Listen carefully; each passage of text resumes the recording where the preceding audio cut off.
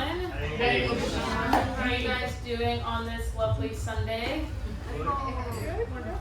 Okay, so yeah, I'll just get started. Today we're reading Bhagavad Gita 2.13, but before we start, I just want to ask for forgiveness for if I say anything that's wrong or if I say anything that's offensive. So, and just, yeah, please forgive me for if I say anything that's offensive, that's wrong, and feel free to correct me for any mistakes that I may make. So thank you all for allowing me to be up here to present for you. So, yeah. Can anyone tell me, by chance, what the chapter of, oh, actually, no, before we start that, let's do the implication prayers. So, Marisha, do you want to start us off? Om Jnana Jnana Shalakaya Chakshurum Kritam Tasmai Shri Gurave Namaha Shri Chaitanya Manyo Vishwam Sthapitam Bhutale Swayam Rupa Dharati Swaradhikam. Okay, Asta, do you know the next part? Pranam mantra? No, here you go. Here you go. Is it the Guru mantra? I'm not. The invocation prayer. So you can just read this. Can you see it? Yes, I Oh. Vande Ham Shri Guru Shri Radha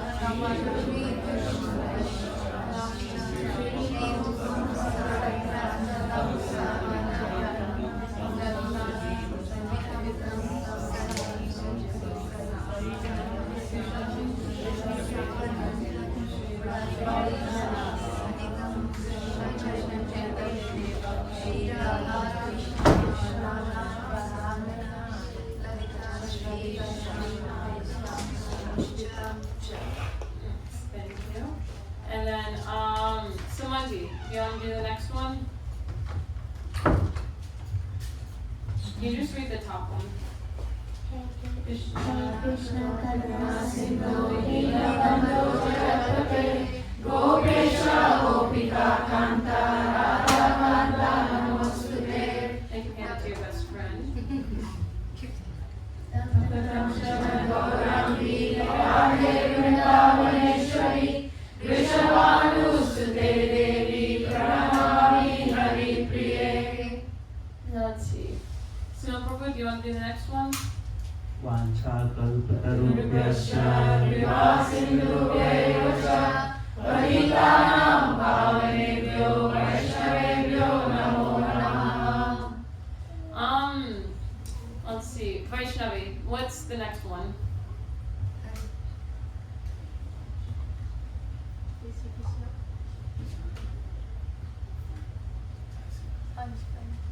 Krishna Chaitanya Prabhu Nityananda Shri Advaita Gadadhara Srivasadi Gaura Bhakta Vrinda. And then Nalini, would you like to end us off? Hare Krishna Krishna Krishna Hare Hare Hare Rama Rama Rama Hare Hare. Yes. So how many of you all know these prayers now by now? Nice. Nice. Well, they're very important. Is if just for invoking Guru's mercy, and whenever you read them, just also maybe try to read the translation along with them, so you can actually understand the meaning and really kind of relish these prayers. They're very beautiful. And you can just, anytime you pick up the Bhagavad Gita before you start reading, just read these prayers, and so you can kind of get in the right mood for reading Srila Prabhupada's books. Okay, so thank you all. So yeah, we'll be reading from Bhagavad Gita 2.13 today. Can anyone tell me what is the title of chapter 2 of Bhagavad Gita? No, somebody knew. Sanai, is your hand being raised? Are you raising your hand? Okay. Okay. Let's see. Suresh Prabhu. Gita summary? Not quite. Summary of Gita? Oh, almost, kind of. You're very close. Words? Anyone else want to give it a try? Oscar Prabhu, what's chapter 2 of the Bhagavad Gita called? Content of the Gita. Summarize. Nice. Yeah. It's also important to like learn the titles of the chapters as well. You'll be quizzed on them periodically. Okay, nice. So so let's start. Okay. So Dehinosmin yata dihe Dehinosmin yata dehe Kaumaram yauvanam jara Tatta dehantara praptir Dhiras tatra namuyati Anyone want to give it a try now? Much. Dehinosmin yatha dehe Dehinosmin yatha dehe Kaumaram yogaram jara Kaumaram yauvanam jara Tatha dehantaras prapti Dhira satya namuyate Anyone else? Vaishnavi, I see your hand being raised. Dehinosmin yatha dehe Kaumaram yauvanam jara Tata dehantara praptir Dhira satya namuyati. Thank you. And then just pass around the microphone if you can. Just whenever. Who else wants to give it a try? Anyone else? One more person. Phil Prabhu. Oh, Sri Tulsi Mataji. No. Sri Tulsi Mataji, raise your hand. Dehinosmin yatha dehe Dehinosmin yatha dehe Kaumaram yauvanam jara Tata dehantara praptir Dhiras tatra namuyate Anyone else want to give it a try? Okay, that so we can go on to the translation. Let's see. Sunil Mataji. Shama Mataji. Yes. Would you like to read the translation?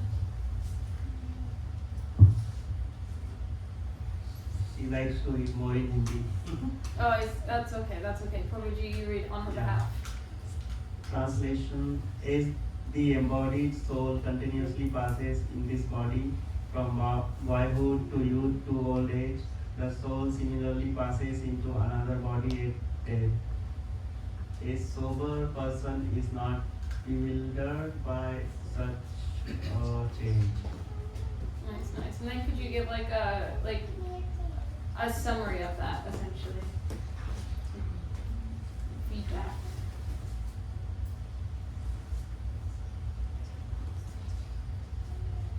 Okay, it's more like the soul, how it when we get old, we leave. Basically, the soul leaves this body and then takes another birth. It can be any form of life, maybe human being, based on the present life's our activities. But sober person who is like in Krishna consciousness, he is not worried about this change. That's what I can think of. Nice. Yeah, thank you, Guruji. That pretty good summary. So in this text, Srila Prabhupada says, translated as the embodied soul. Could anybody tell me, what do you think that means? The embodied soul. Mataji, what do you think the embodied soul means? Soul in a body. Is it body, soul? Yeah, basically, yeah. So we all have three types of bodies. So we have this gross material body, which we are all physically walking around in, interacting with. Then we have like our subtle body, and then we have our natural form, our spiritual body. And right now, like I just kind of mentioned, we are all currently trapped in our gross material body. And you know, we stay attached to it. We're pretty attached to it, even though it just causes us like back pain. You always have to run to the bathroom, always need food, always need something, always feeling some ails and aches.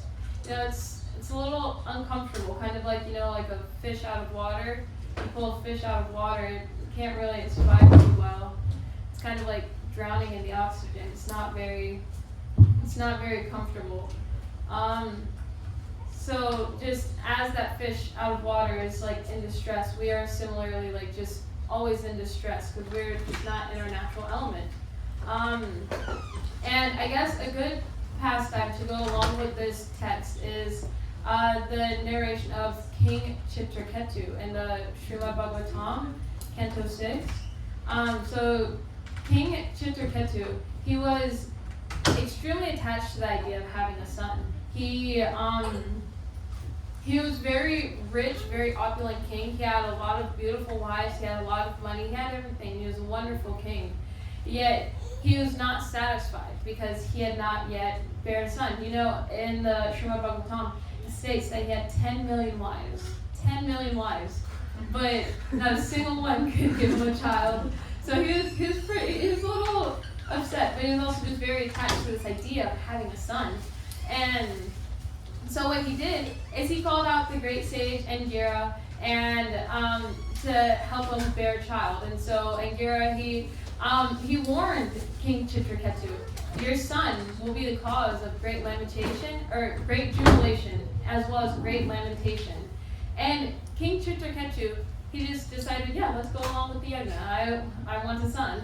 And so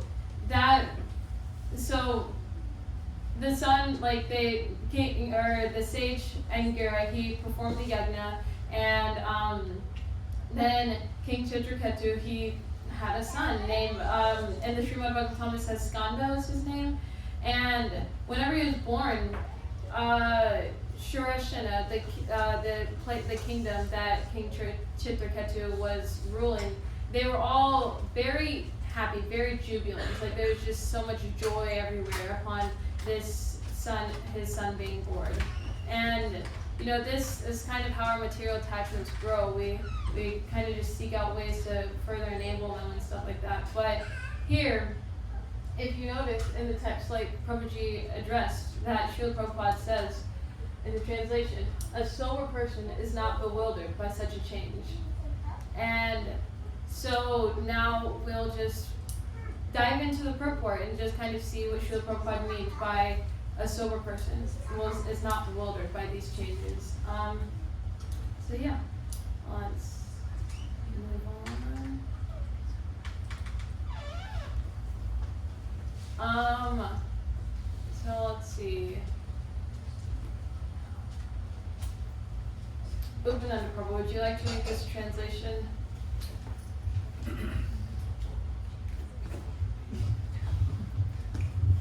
Since every living entity is an individual soul, each is changing its body every moment, manifesting sometimes as a child, sometimes as a youth, and sometimes as an old man.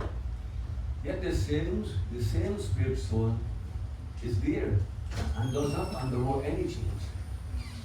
This individual soul finally changes its body at death and transmigrates to another body. And since it is sure to have another body in the next life, either material or spiritual, there was no cause for lamentation by Arjuna on account of death, neither for Krishna nor for Drona, for whom he was so much concerned. Nice. And then could you just give a little bit of feedback on that? As we can see that this body has been undergoing changes, youth to old age, and the soul remains in the same body, even though the body has been changing. Just as how the body been changing, and yet it will change on another body, either material or spiritual. If we can remember Lord Krishna, either his form or his name, and then we go to Goloka Vrindavan, a spiritual, we get a spiritual body.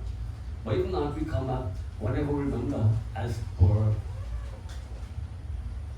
chapter 8, 6, says, Yam Namaham Smaranaham, Tatilti Kalyon, Tamtanevati Kundayasarata Bhavata. Whatever state of day one remembers when he quits his body, that state he'll attain to feel, and you find a Ganam heart, King Heart, who remember dear, or attachment dear to the form. So, is that enough? Yeah, that was good. Just quick little summary of the text. That's all good, Prabhuji. That's very good summary, Prabhuji. Thank you. So, I don't know. This kind of proposes a question. It might be a little sensitive, but just take a moment. Think on the bodily conception of life. When do you think we die? Anytime. Anyone? That's a good answer. That's a good answer. Anyone else want to give it a try? We don't know. Closer. That's, We don't know. we don't know. Yeah. How about we died yesterday? Just if you think about it, like our bodies, they're very, like once you reach a certain age in your life, they stop growing. Your cells, they all commit like cell death after 7 years, and the telomerases kind of run out and stop being able to copy, and it's, I don't know, your body's just always growing older and always dying. And it's very interesting that we are just residing in these, I guess, these decomposing pieces of flesh. And, but we're still happy with it. Like, we're still happy being here. We're still, like, just because our spirit's within the body, and we're always just engaging with each other, always hanging out, having a good time. And just, constantly endeavoring after, like, just our material well-being, just making sure that this body is still functional, that it's good. And the only time that we really lament or really feel sad is whenever somebody leaves their body. We lament over the fact that they've left their body. And the example of this is King Chitraketu. So we're going to just be telling the narration of his story as we go. So King Chitraketu, him and the entire kingdom was extremely happy after having the son. And then he started to spoil the queen that bare the son, and because of that, everybody, or his wives, some of his wives, they became very envious, very jealous, and they decided to poison his son. And then he left his body. Whenever he left his body, the entire kingdom just became very grave. They all started lamenting, and King Chitraketu and his wife, they were very just distraught, very just crying, lamenting over the loss of their son.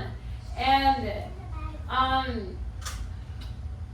if you practice spiritual life, if you practice a spiritual life, if you know, like, devotees, then you don't really lament too much over their death, because you know whenever somebody leaves their body, they're going to a better place, they're going to get a better body.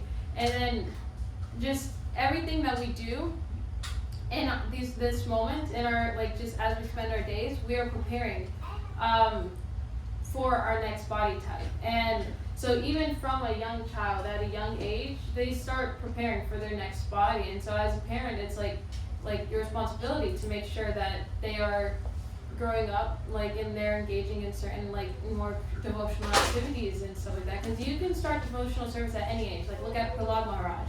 He became a devotee at 5 years old. And Lord Dhruva Maharaj, he was also I think he was 5 years old as well, and he went to the forest, and yeah.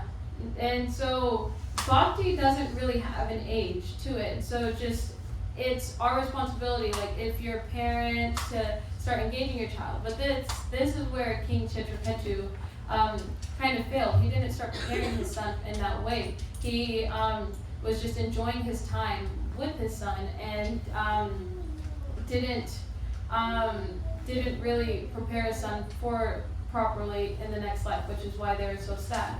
And then if you look at like just the other people within this story, so like King Chitraketu's wives, not the one that had the son, but the other ones, they were just full of envy, and they decided to kill the son. So what type of body do you think that they're gonna get in their next life? Not a very pleasurable one. It's not gonna be very good. And just envy is very big. It's very big. It's one of the 6 enemies. So we have like 6 enemies, like envy, greed, lust, anger, illusion, and pride. Yes. Illusion and pride. And because of this, we are kind of just bounded to these bodies, and it's very hard to get rid of these. Very hard to get rid of these 6 enemies. But like that's why we come here. Like I'm sitting here in this association with all these beautiful, amazing devotees. You're all just working and sitting here just thoroughly studying Srila Prabhupada's books and taking Srila Prabhupada's books seriously. We're all working on just getting rid of these 6 enemies so that we can enjoy our natural body in the next life. But back to King Chitraketu, him and his wife, they kind of just neglected their son's human birth and just kind of failed to teach him to train him to teach him properly in his spiritual life. And this human birth, is a very rare thing. Like by Narottam Das Thakur, there's a bhajan, Hari Hari Bifale, so it's Hari Hari Bifale, Janmana Goyanu.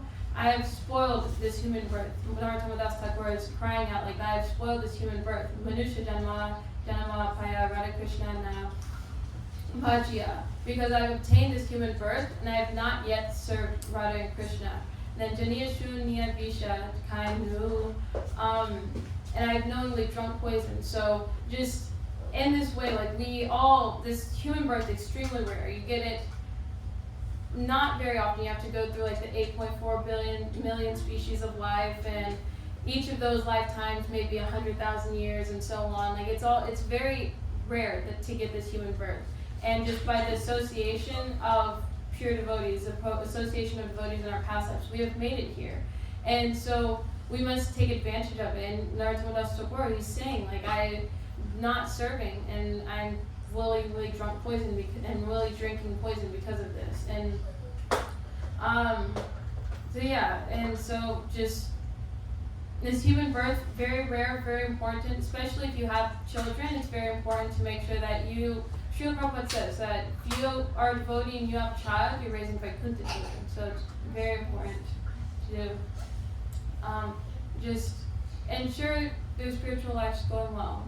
Like just start practicing young, even if it's like just watching Little Krishna here and there instead of like Baby Shark on YouTube. Okay, so next, let's see. Who wants to? I'll have Oscar Prabhu. Do you want to read this translation?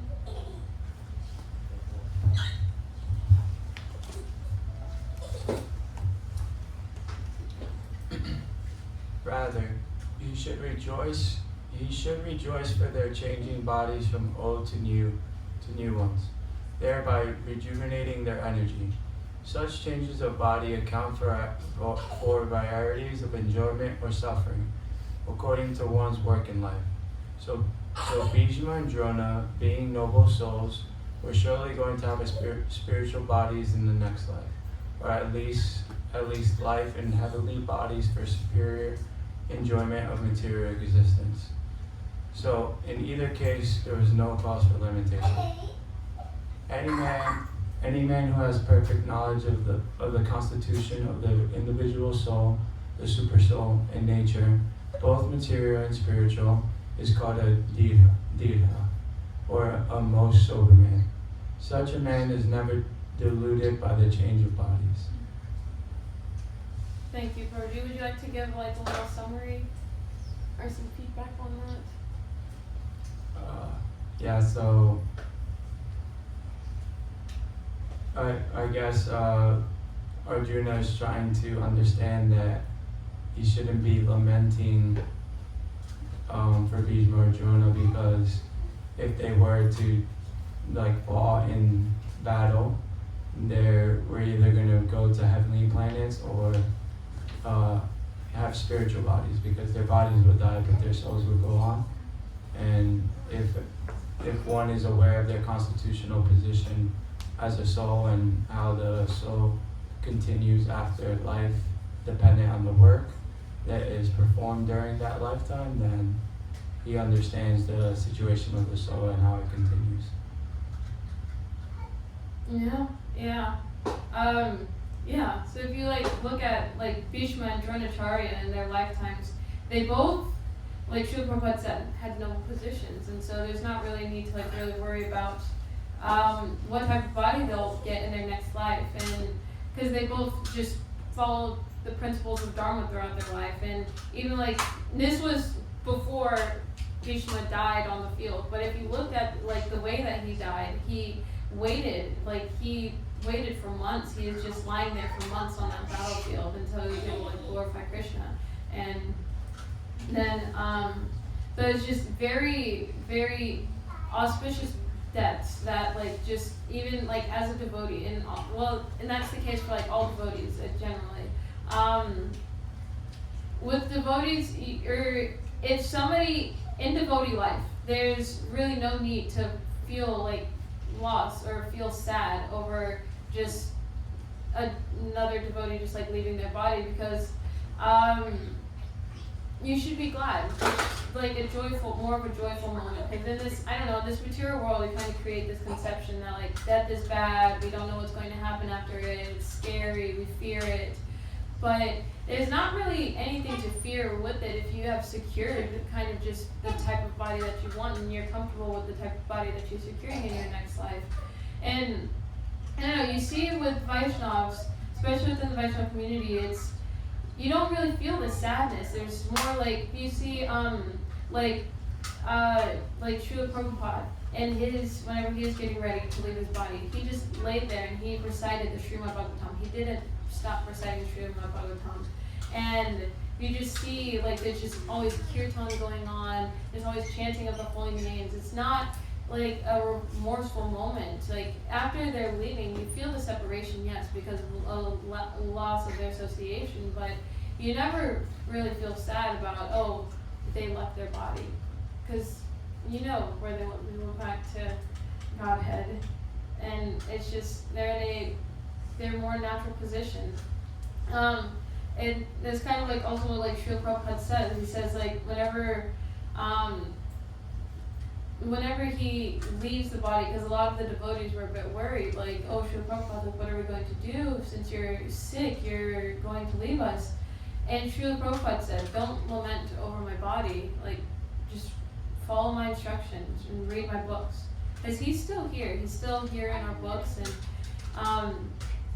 that's what's most important. So rather than just lamenting like, this person has gone, like look at what they left. They left something, like Srila Prabhupada, he has left something very amazing for all of us, and he's given us all certain instructions, like following 4 regulative principles, chanting as a prescribed amount of rounds, and also just like trying to share Krishna consciousness. Like that's our number one duty, that's the number one thing that he preached. And as long as you are thinking of Srila Prabhupada, you have Srila Prabhupada in mind, and you work to share his mission, then he's with you. He's sitting right next to you. He's with you. And so with the devotees, you don't, as long as you have followed their instructions, like your gurus, your Shiksha gurus, or you just have other mentors within like the community or other friends, just think about like what they've kind of left behind, like for you to use in Krishna service and Srila Prabhupada service.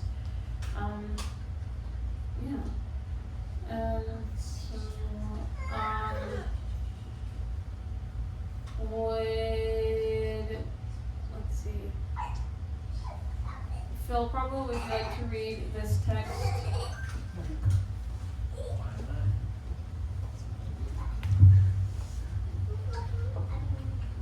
The Mayavadi theory of oneness of the spirit soul cannot be entertained on the ground that the spirit soul cannot be cut into pieces as a fragmental portion. Such cutting into different individual souls would make the supreme cleavable or changeable against the principle of the supreme souls being unchangeable. As confirmed in the Gita, the fragmental portions of the supreme exist eternally, sanatana, and are called shara.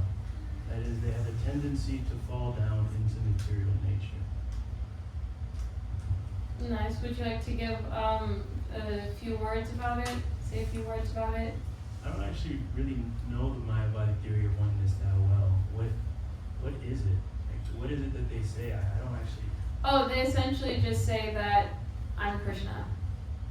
What happened? They say I'm Krishna. Like, quote, I'm Krishna, end quote. Yeah, because I'm like, it says that their theory of oneness of the spirit soul cannot be entertained on the ground that the spirit soul cannot be cut into pieces as a fragmental portion. They believe that Krishna can get split into pieces. No. They believe that that we are all Krishna, that we are all the same individual being. So like, you're Krishna, you're Krishna, you're Krishna. I'm God. Yeah, like I'm God, essentially. Yeah. They believe that we all can come together, like become Krishna. Yeah, Once we essentially, reach like. that level of liberation, we can become a Krishna. That's their philosophy. Yeah. We can become Krishna is the only one. Yeah, there's only one Krishna, and we're not Krishna, which is Srila Prabhupada is really heavily taught us. But yeah, just did you get what he said? Did you hear him? Yeah, I mean, I guess look at their idea. It doesn't fit with anything that you can observe anywhere. Like a lot of Krishna consciousness, you can kind of derive from the way things work in reality. Life comes from life. So how can it come from essentially one big amorphous, ambiguous blob? Everything has personality. Even if you look at insects, they have a certain amount of personality. There's just this oneness. There's no personality. It doesn't actually make any sense at anything you can observe in reality. And then you look at the actual scripture itself, not just using logic and reasoning, but reading the books. Krishna's always saying me, I, me, I. It doesn't even hint at an idea of one big giant blob of nothingness that you can fuse into. So it's like you kind of realize that they're just coming up with some creative mumbo jumbo. It doesn't actually fit what Krishna says. I mean, he's pretty explicit. He Yeah. says I. If I say I, and they say, oh, you know, someone said, it's like, no, Phil said I. I'm saying me, referencing myself. Krishna does it. So it's like that idea of this one thing that has no form, no personality, no, I guess, no individuality that we can just merge into. Doesn't actually align with Bhagavad Gita. It doesn't. Like, that's kind of just what happens whenever you don't really, like, read the scriptures. Like, if you just read it on your own and you just kind of, like, you're just like, oh, I'm gonna just kind of make my own commentaries on my own conclusions rather than, like, which is why we, like, it's very, very merciful that Srila Prabhupada has kind of written these commentaries and also written them in such a way that it's, like, easy for our dull minds to understand, because even then it's still kind of hard for us to, like, be like, oh, this is what this means, this is how I apply, like, obtain, like, the real knowledge of it, being able to apply it in our lives. So yeah, thank you, Prabhupada. Thank you. Very nice. Still don't think I understand their theory. I feel like if one of them came in and explained it, I'd be like, well, that makes sense. So I'm not sure what they're talking about. No, I don't think you would be able to understand it, because it doesn't really make sense so much. I'd like to add a few points to that. So, like, there's something called Dvaitvad and Advaitvad. There are two philosophies, Dvait and Advait. So Dvait means Dvait means you are two different individuals. Advait means, which is Mayavadi, that you are all one. So what they try to say is that yes, we are part and parcel of Krishna. So in one sense, we are having that oneness, but that in other sense, we do not have the qualities of Krishna. So that is called Dvaitva. So ISKCON, it follows a philosophy of Achintya Bheda Bhed. That means there is some commonalities between these two. Yes, we are oneness with Krishna, but that's not the only thing. We are not Krishna. We are definitely part and parcel, like Krishna says, Aham Bij Param Tata. Like, I am the father of all living entities. So yes, we are part and parcel, so we have that oneness, but we do not have the qualities of Krishna. So we cannot say like we are Krishna. We have the quality, but we don't have the quantity. We don't have the quantity. Quantity. Yeah, we are simultaneously the same but different from Krishna. We're same in quality but different in quantity. I've actually got a question, Prabhu. So you know how they have the verse where Krishna. Could we save questions for the end? Oh yeah. Possibly. I appreciate that. Thank you. No, it's all good. It's all good. Sorry. So yeah, no, it's very insightful to just like Mayavad theory. It's very it's not really interesting. It's kind of just like you said, mumbo jumbo, and it's good that we have Srila Prabhupada here to kind of just teach us, and Lord Chaitanya Mahaprabhu to teach us this, like the Chinta Veda Tattva philosophy, and just understanding like our true constitutional position with Krishna, and just in relation to each other, and just kind of everything. So, and that's another thing. Like we can't be the same as Krishna, because like right here, Srila Prabhupada, he says this term, shara. Shara. It means our tendency to fall down. And Krishna, he doesn't fall. He may appear in this like material world, and what is it? I forget which text it is. The text were about how people may deride Krishna because 9/11. 9/11. Avajananti mamula manushinta mastram param om ajananto mamut maheshwaram. Fools deride me when I descend in a human form. They do not know my superior nature or all of the supreme person of God. Yeah, Krishna has clearly stated this, that fools deride him whenever he descends in his human form. So that is a clear distinction between like that he's like not that like fools or anything, but like just that he is different from us. And Krishna, he can't fall. He is infallible. Achyuta, he's infallible, and we just our nature to fall down. Like we had just talked about how the 6 enemies that we all kind of struggle with, and this one enemy, the enemy that kind of got us here in this material world in the first place, is the one that King Chetraketu's wives were struggling with. Just envy. We have this in Srila Prabhupada's lecture on the Srimad Bhagavatam, Canto 9, Chapter 7, Text 27, in Mayapur. He was actually, the title of it was Jealousy, the Cause of It and the Cure of It.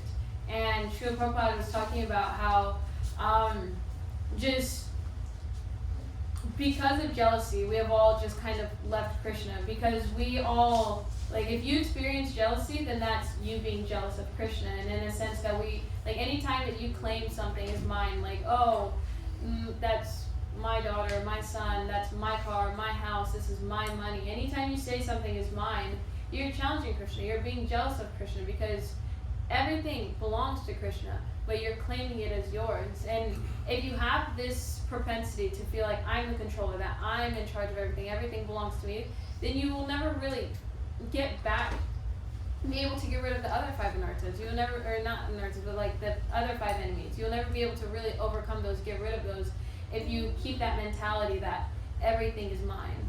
And that just, you can't develop a relationship. Krishna will not develop a relationship with you if you have this envy. But he'll send his wonderful devotees. They will still just come and show you mercy. Like you, I remember a while back when Govinda Prabhuji had came and he had shared the story of, what was it? It was Srivas Thakur, I believe. No, or Srivas. No, it was Srivas. Lord Chaitanya Mahaprabhu, they would, like Srivas would hold kirtans at his house every night. And there was Gopal, his name wasn't Gopal, but he eventually came Gopal. There was a brahmachari who was jealous of Srivas because they always had just tumultuous kirtans at his house every night, and so he had put up just like Durga worship stuff outside of Srivas Thakur's house, and Srivas Thakur, he like just out of jealousy, out of his enviness, he had put all this deity or all this Durga worship stuff outside of his house and kind of framed him for it. And then he went to the town and was like, Srivas is worshiping Durga Devi. He's worshiping Durga Devi, and Srivas Thakur, like everybody knew that he wasn't actually doing it, that he was framed because he's a pure devotee, but he still took the fall for it. He still said, yeah, that's mine. That's mine. And it said that he was worshiping Durga Devi, even though he wasn't. And Lord Chaitanya Mahaprabhu, the Lord himself, he got so angry, so upset with the Brahmana that he like Chapal Gopal. Yes, Prabhu. Yes, he gave him leprosy, and he just kind of like hid away from everyone, and he didn't come out, and he would just like ask Lord Mahaprabhu, like later on, a few years later, and ask Mahaprabhu can you please forgive me, like please get rid of this leprosy, it's like ruined my life, and Mahaprabhu told him that what he did is unforgivable, and that he should take birth again 10 million times, he said something like along those lines, and it's just a very unforgivable act just because it was out of jealousy. And but he said, if Srivas Thakur forgives you, then I will forgive you. And so and that's what Srivas Thakur did. He forgave Chapal Gopal, and in that way, like just the devotees, we can't really do anything without the devotees' mercy, and just by Srila Prabhupada's mercy, he's kind of come here into the West, and he's given us like his books, and he's teaching us slowly how to kind of get rid of this conception of I, me, and mine, and thinking like, oh, this is my body, this is my family, this is my wealth, this is my job, and he's kind of just cutting that philosophy away from us. And if you actually really think about it, that the Mayavadi theory, like just thinking like I'm Krishna, I'm God, that is jealousy. That's jealousy and enviness in itself. And so it's very good to be here in a place that's established, like the Krishna conscious movement. It's the only practice that is free from enviness, free from jealousy. And so if you want to learn how to get rid of it, you have to go to a place where there is none. Come here to 2651 Rouse Road, where Srila Prabhupada is personally giving us the guidance and instructions through Shraddhanjali Mataji and all the teachers and leaders here, just giving us this guidance on how to get rid of these 6 enemies, namely starting off with enviness. And so, let's see, someone new. Prabhuji in the tan shirt, your new face today. Yeah, the one looking around. Yeah. You can introduce yourself and then read. Just say your name and then. Hare Krishna, my name is Shiva. Shiva? Nice. These fragmental portions are eternally so, and even after liberation, the individual soul remains the same, fragmental. But once liberated, he lives an eternal life in bliss and knowledge with the personality of Godhead. The theory of reflection can be applied to the super soul, who is present in each and every individual body and is known as the Paramatma. He is different from the individual living entity. When the sky is reflected in water, the reflections represents both the sun and the moon and the stars also. The stars can be compared to the living entities, and the sun or the moon to the Supreme Lord. Nice. And would you like to give like a little, it's optional. If you want to give feedback on it, feel free to. Well, what I understand from this text here is that, the main part of it, right, is explained that every body consists of another soul as well, which is called the Paramatma. that is basically living in living entity, not just us, right? Like even animals, etc. Then there's given an analogy, right? Based on the skies reflected in water, and the reflection represents both the sun and the moon and the stars also, where they compare the living entities and the sun or the moon to the Supreme Lord. Nice. Yeah. Nice. Are you familiar with like Srila Prabhupada's books? Just a little. Like I just started like 2 months ago. Nice. But you came to the perfect place. Oh yeah. It's School for Learning Srila Prabhupada. And that was very good summary. Thank you, Prabhuji. Yeah. And like the analogy as well, I found that a very nice analogy that Srila Prabhupada gave, and just understanding like who Krishna is in relation to us, and just kind of like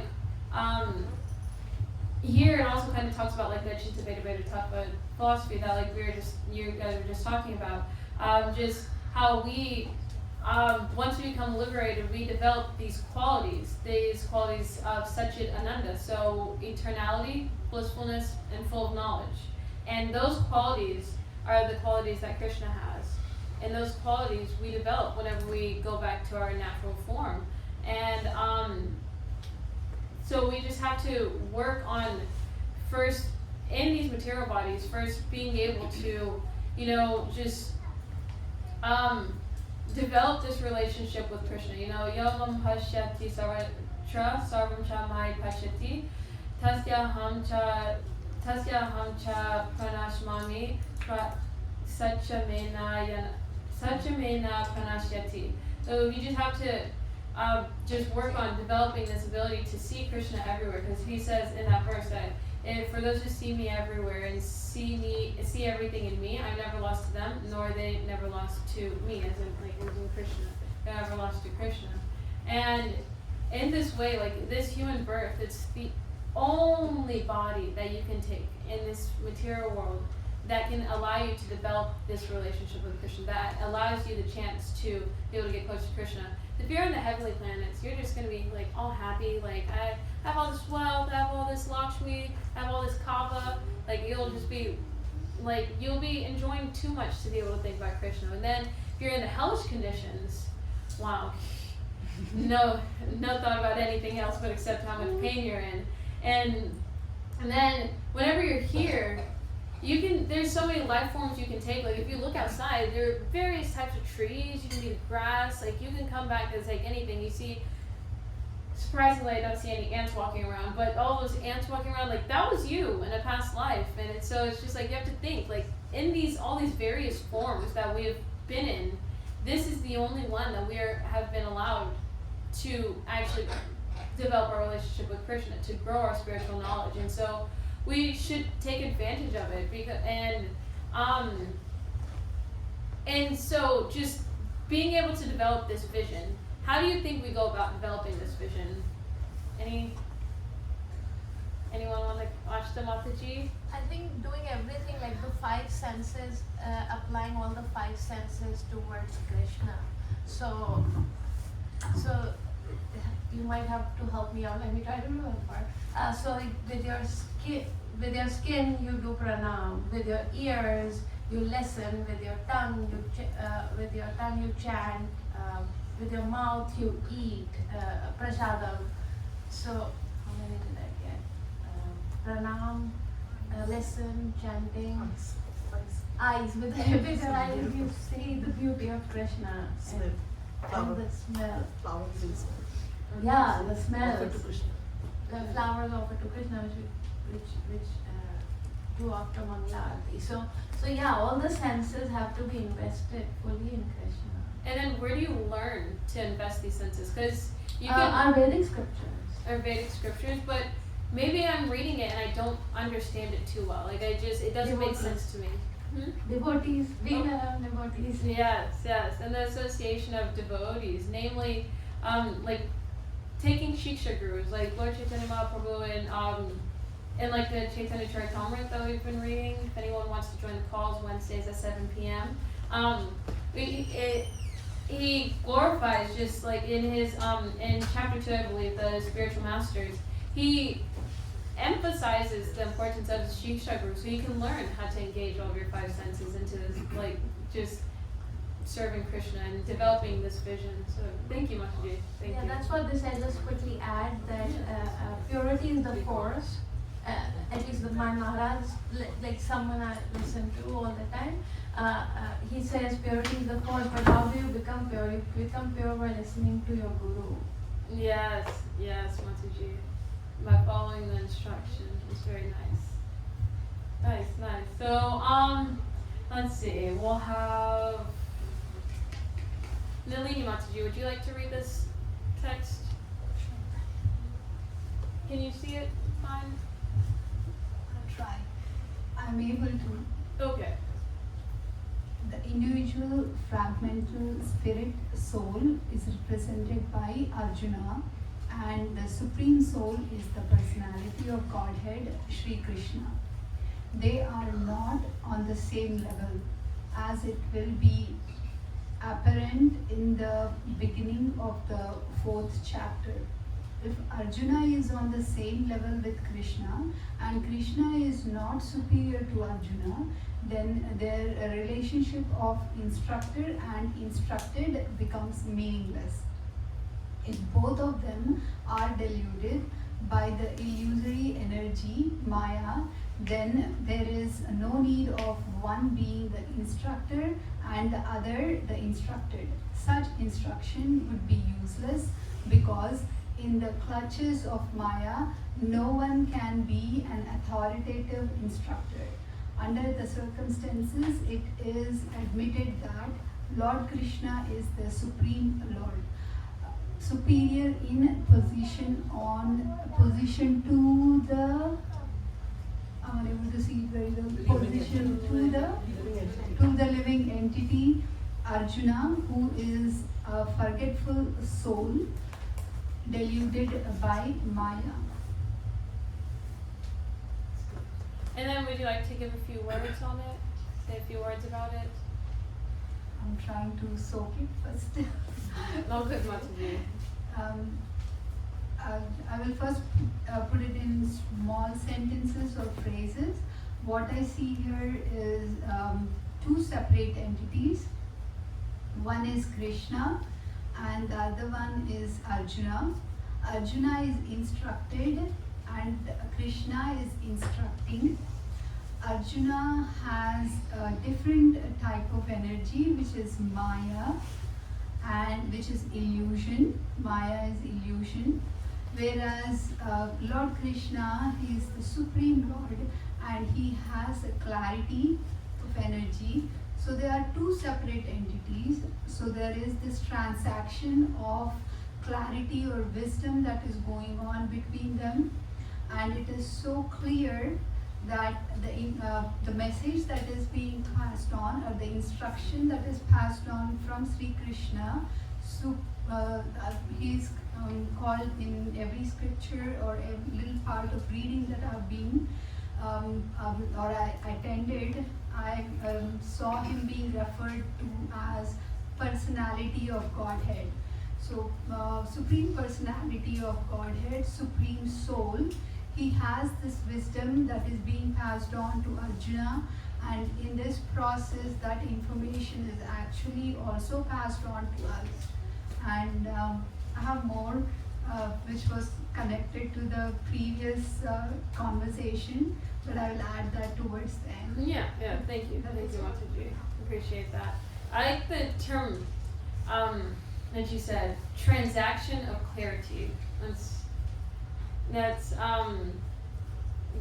like Krishna, just on the context, on the battlefield, Krishna, he was, if you observe the relationship between Krishna and Arjuna, it's a friendship, yes, because you can see like Krishna, he's listening to Arjuna and he's, in chapter 2, Arjuna surrenders and he asks for guidance, for this help.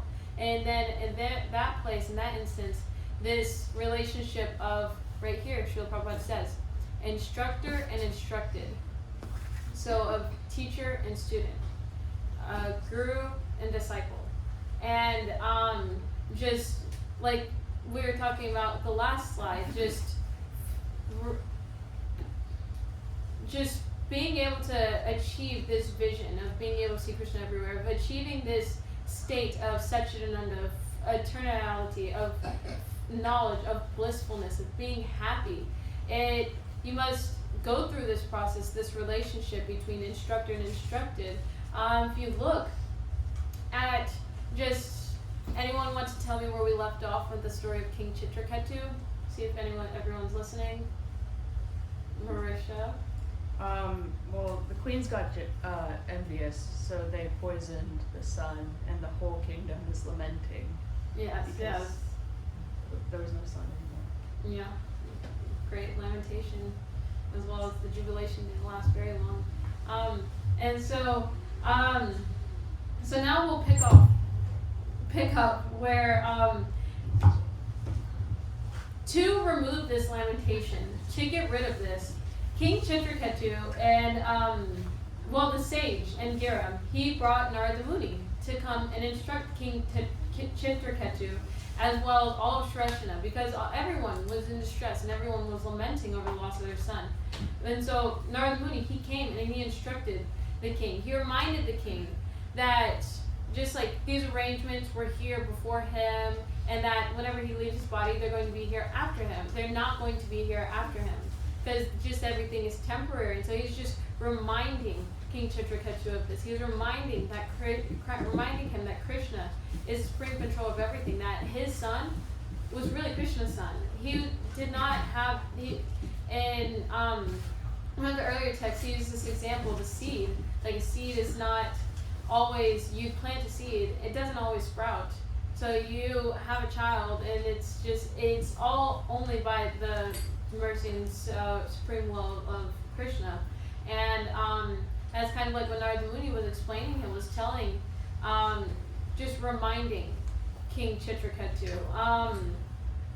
And just something that he said to King Chitraketu was, he tells him that you are a great devotee of the Supreme Personality of Godhead, and to be attached to these material things is not very befitting of you.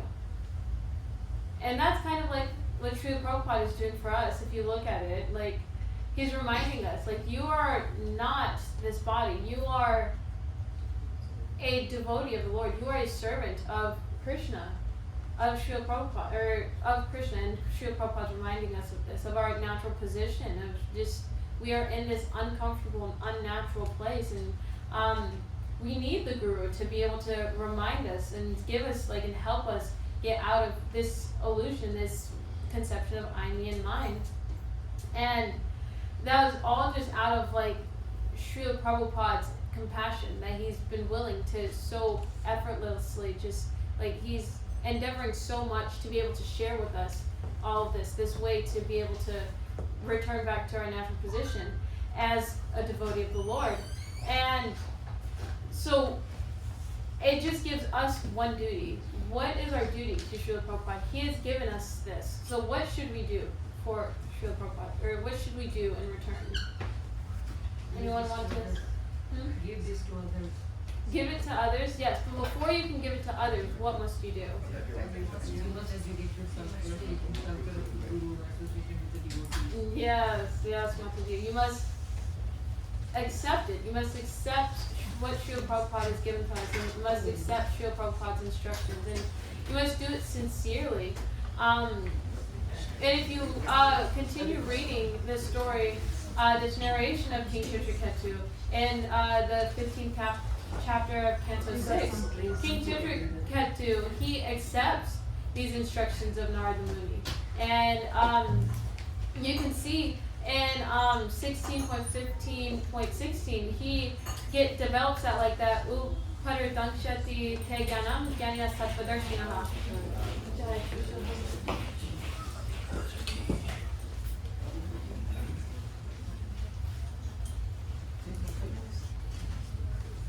He develops this understanding that you must learn from, in order to be able to understand the truth, you must learn from people who have seen the truth.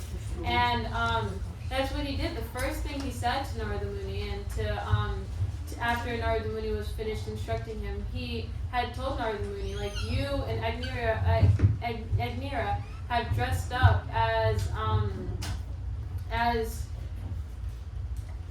oh no, I don't remember the word, but they were there in the form of pure devotees, and they were there to teach him, to help him, or to teach him, remind him of this state, and that it's the only way to be able to develop this, to learn this knowledge. And so similarly, like, that's what we are here to do. We come here every Sunday and we sit here. We might be taking information, we might not be. But we've been given this opportunity. We've been given so much access to Srila Prabhupada's book, so we must be grateful. We must show our gratitude to it by actually taking action, by actually doing something with it. It's like, what's the point of coming here every single Sunday if you're not actually applying it? It's like the idea of full knowledge versus real knowledge. So we've been talking about this for a while. Anyone want to tell me what full knowledge is versus real knowledge? Just give a quick description of them both. Suresh Prabhu. Full knowledge is something where we understand what is completely, and real knowledge is something where we practically apply in our life. Exactly. So if you're coming here every Sunday, we want to develop, which one do you think we want to develop, Prabhu? We should have both. After understanding, we also should apply it. Well, applying it is real understanding, is understanding it. So we want to aim for real knowledge. And that kind of just comes with just actually practicing and actually having this desire to want to serve. You know, Srila Prabhupada, there's this devotee, and every morning Srila Prabhupada, he would go on his morning walks, and this devotee, he would glorify him with this verse from the Srimad Bhagavatam that was glorifying Sukadeva Goswami. And every day he would just recite this glorification to Srila Prabhupada before he went on the japa walk. And then one day Srila Prabhupada, he had stopped him, and he was like, he said, do you not have any services? Where are your services? And he asked him, like, where's the services? Because this practice, it's not supposed to be sentimental. It's not supposed to be, oh, I love Krishna, I chant Hare Krishna, and I love Krishna, and this and that. None of us are ordained to be a Babaji. We cannot just go sit in the woods and just chant all day long. It's not recommended. So Srila Prabhupada, the only way to really show your gratitude to Srila Prabhupada is by serving him. And if you want to do that, we are at the local temple. Srila Prabhupada has established these temples so that we can all individually work on our devotional service. That, especially here, it's like, it really is a Dham. If you spend like more time here outside of Sunday, you understand like this really is a Dham, because in the spiritual world, you have unlimited services. Here, there's unlimited services. There's so many things you can do.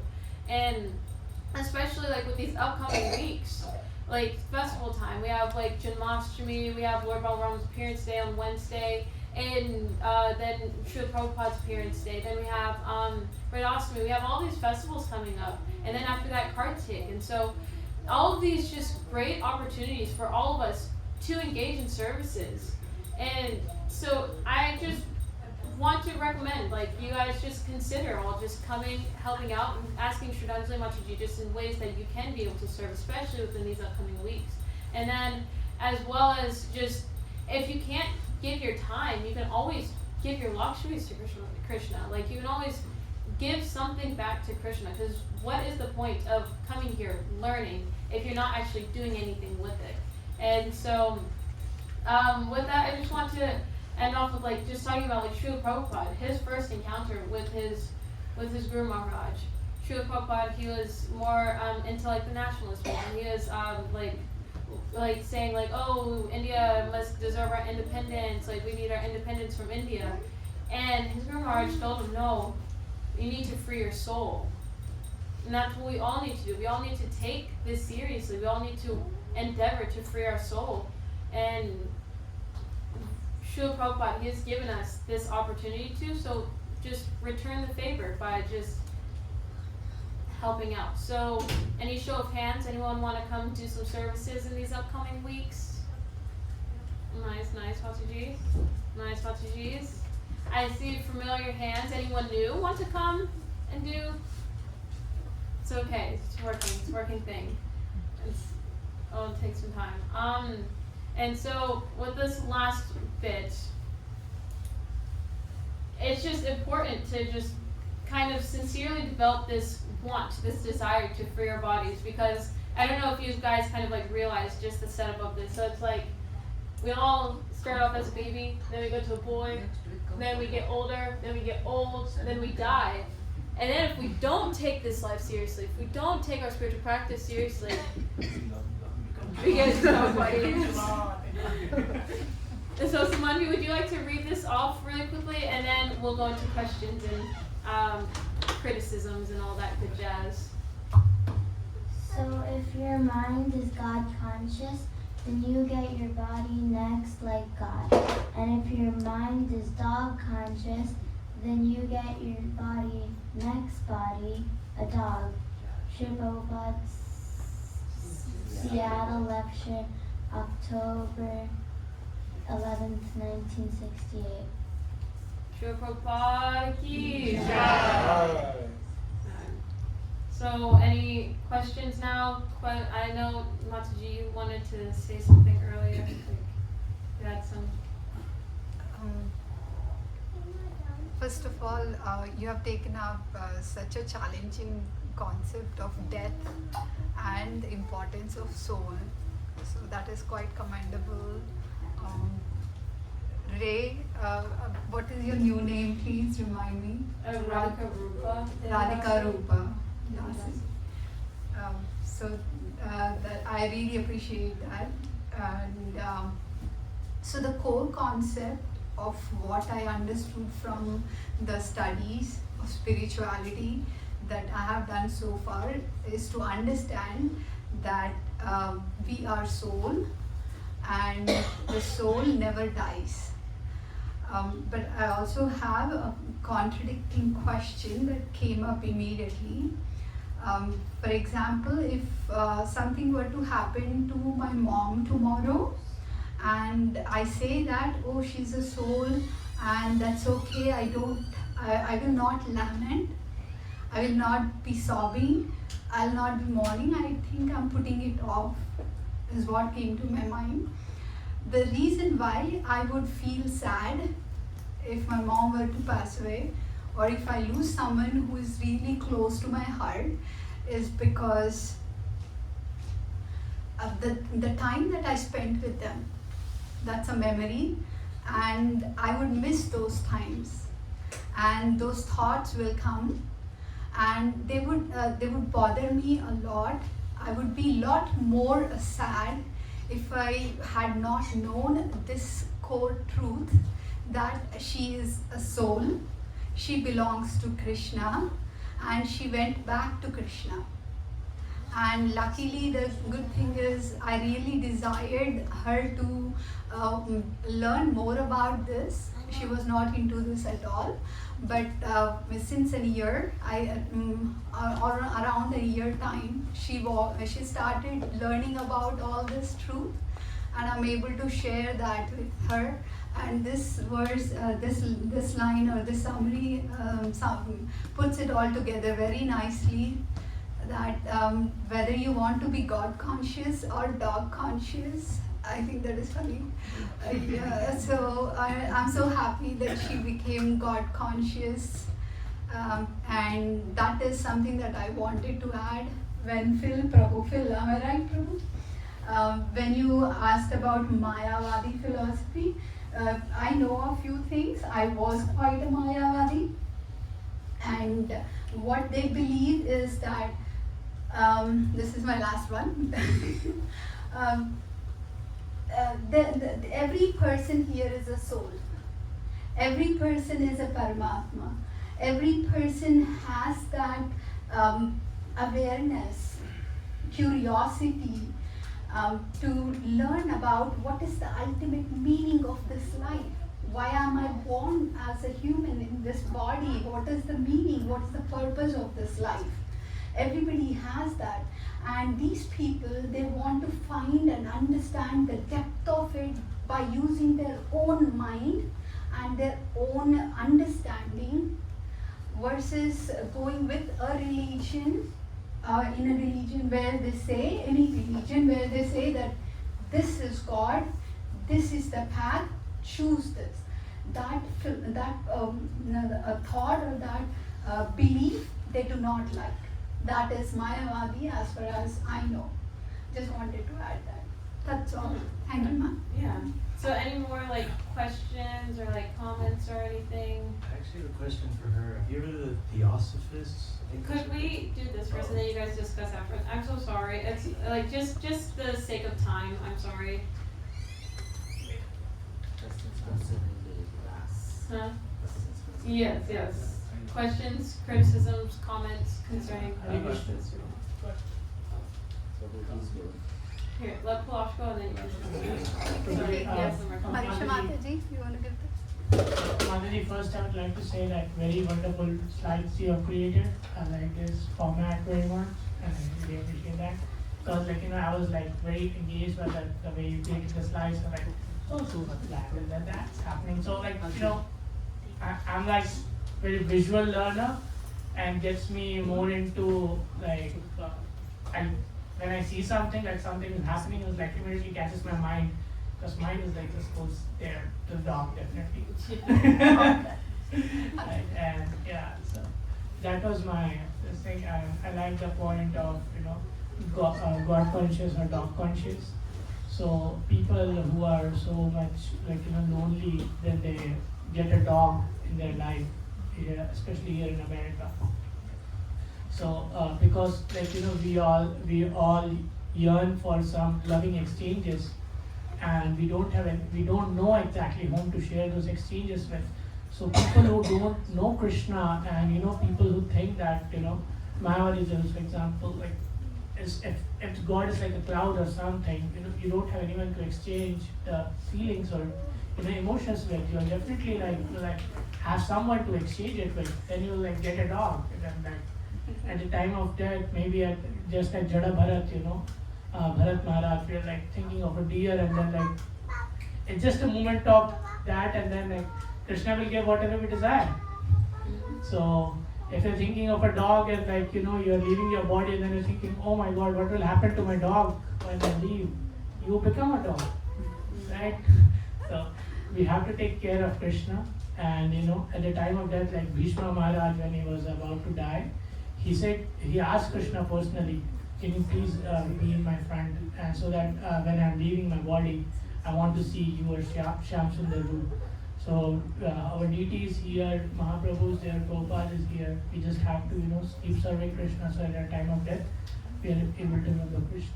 Thank you, very wonderful. Thank you, Prabhuji. We're very fortunate that Srila Prabhupada has kind of saved us from having to get a dog. They're kind of, like, they're sweet, they're very precious, very cute, but a lot of work. So it's nice that we have Tulsi instead, just enchanting. So develop that God conscious. Hare Krishna. I just wish to add a little bit of what my understanding is to the impersonalist Mayavadi philosophy, the oneness. Basically, Mayavadis, they don't believe that the Lord has a form, in the form of the Lord. We know that the Supreme Lord has three aspects: Brahman, effulgence, Paramatma, and the Bhagavan, the personal form of the Lord. So they believe what's most important to them is the Brahman, effulgence, the Brahman realization of the Lord. And they believe that the soul will merge into the Brahman effulgence. So here's where it's contrary to what Bhagavad Gita is teaching, that the soul is eternal. So if it merges there and it loses individuality, this is contrary to Bhagavad Gita teachings. Chaitanya Mahaprabhu advises against listening to Mayavadi philosophy. He says everything will be destroyed. And Srila Prabhupada, in his pranam for the second part, he's addressing the Nirvishesha Shunyavadi. So, and the leader of the enforcement is Shankaracharya. In the end, he said, he advises his followers, Bhaja Govindam, Bhaja Govindam, Bhaja Govindam, Mama Murate. Just worship Govinda, worship Govinda, worship Govinda. Your grammatical, your grammar and prefix and suffix and grammar will not save you the time of death. So you should stay away from reading Mayavad philosophy. You find also Sarvabhauma Bhattacharya was the biggest Mayavadi in the time of Chaitanya Mahaprabhu, and he became a Vaishnava. Thank you. So that's very little bit. Also, the part of one other thing about is envy. It's a serious issue, very, very serious matter. We find in Bhagavad Gita, I think in chapter 16, it uses the divine and demonic natures. It says there's a verse, Tanaham Vishaka Kuran Samsareshi Nararama Shapami Ajasram Ashubam Asure Swayan Yonishu. Where Lord Krishna says, those who are envious and mischievous and the lowest of men are perpetually cast in the womb of demonic species of life. Perpetually cast in demonic species of life. Those who are envious, mischievous, and lowest of mankind.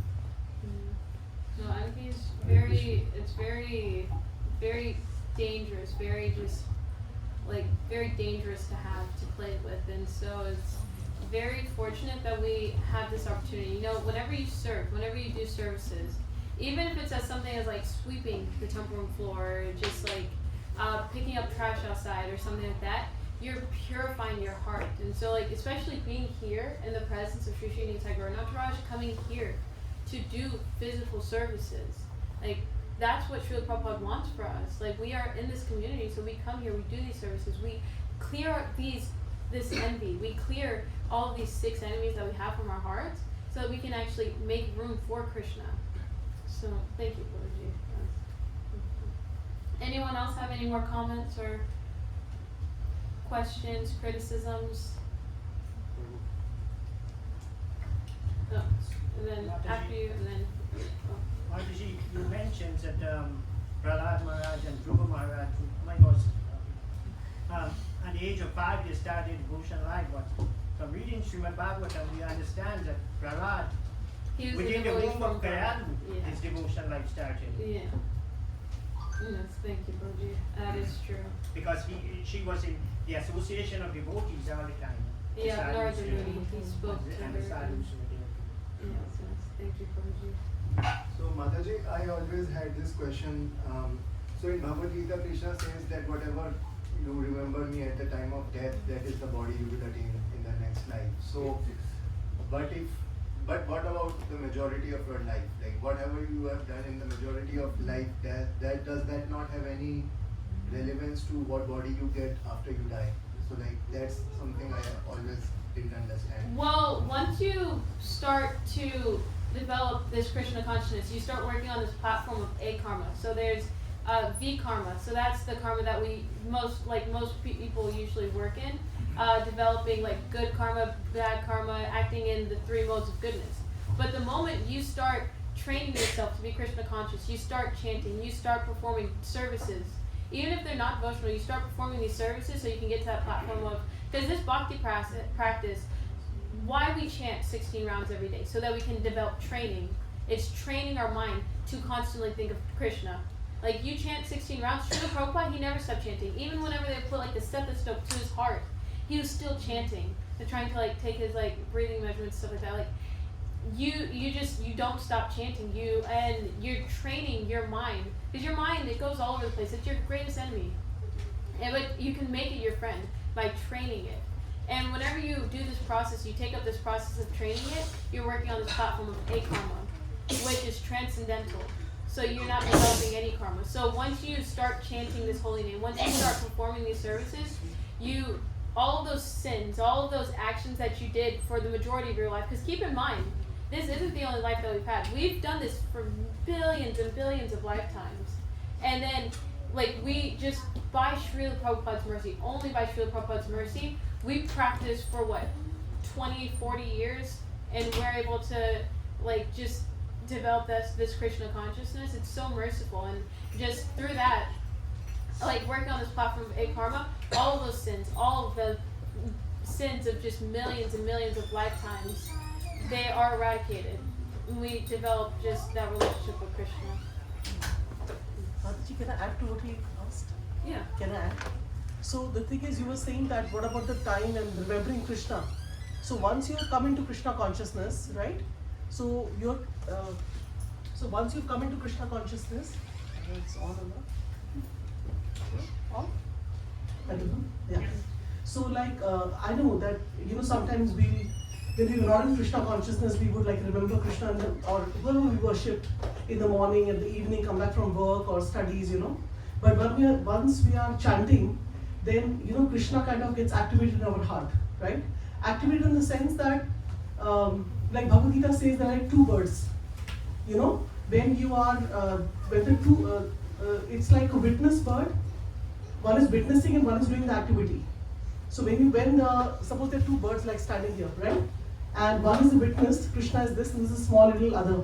So when this one starts taking the name, and Krishna's name is not different from himself, then they make connection to each other, and that connection stays. Krishna never forgets. So then what happens during all the time when you're working, Krishna is seeing, he's working hard, he has to earn a paycheck, he has to do this, pay his bill, everything. But when you're connecting everything to Krishna, then it doesn't matter even if last moment you're not thinking of Krishna when you're dying. Because Krishna knows he's anyway doing everything for me. So you can connect all your activity to Krishna. Okay. Does that make sense to you? Do you kind of understand Rajat? Because one is that he's the holy name, other is Atma Paramatma connection. Or anything? Mataji wants to say also something. Arjuna asks the same question to Krishna. Yeah. What is the fate of an unsuccessful yogi? So you practicing Krishna consciousness at that time of death, you don't remember Krishna. Krishna says, the unsuccessful yogi will be elevated to the heavenly planets. And then when he finishes his merits, he comes back. He will come back. If he was practicing for a long time, he will take part in the home of a devotee. Wait, can I just pause you for 1 second, Prabhuji? I'm so sorry. Do you understand your question? Is your question answered? Okay, so we'll go to other questions and comments, and then we can get back to you if no one else has anything else to say. I actually want to hear your. Okay, so thank you for sorry, I'm so sorry. I just wanted to make sure that everything, because we only have a few minutes. Is that a question, Prabhu? Yes. So if you've been practicing for a long time, then you'll get bored. After when you get exhausted and merits of your practice in the heavenly planets, you come back, take part in the home of the devotee. So you have a better chance to be trained as a devotee. As a matter of fact, in the very words that follows there, it says automatically you start in the next life, automatically you're attracted to devotional service, automatically.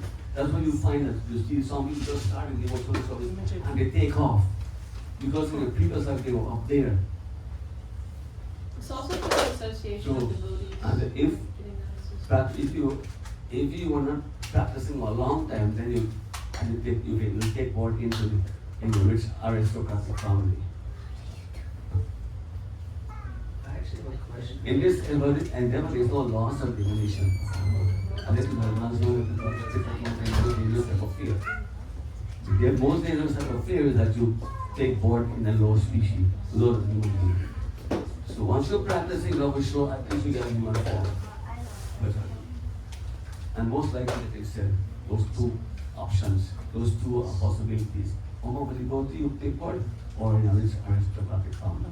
No loss. That was a question to answer to Arjun when he asked the same question. Very question. Thank you. Just talking about this whole concept of, we're the soul, but we're not the body, right?